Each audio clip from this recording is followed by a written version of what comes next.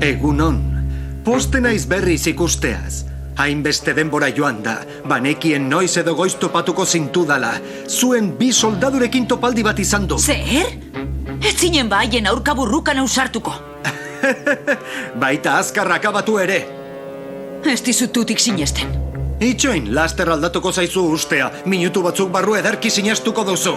Galdera bat lehenbizi. Zergatik bapateko matxina da hori Freezerren aurka? Erantzuna erreza da. Lehen egunetik gorroto izan dut eta inoiz naiz hartaz izpirik fidatu.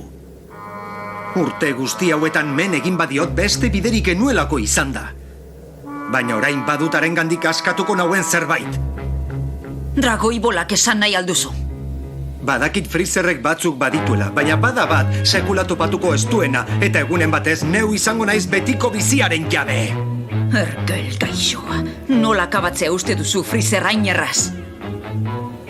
Batetik orain ez daukazue detektorerik, eta bestetik zuen aurka burrukatzeko eta irabazteko bezain indartsu egin danago. Beldur naiz baikorreki ezote zabiltzan. Egin dituzun aurrerapen guztiekin ere, inoiz ez zara Freezerrekin tematzeko gai izango. Zu lasai, badakit zertan nabilen. Zuen soldadu batengandik jakin dut Freezerrek bildurra diela espazioko gerlariei. Irabaziko diot, sinestu, neuk erakutsiko diot nire benetako indarra.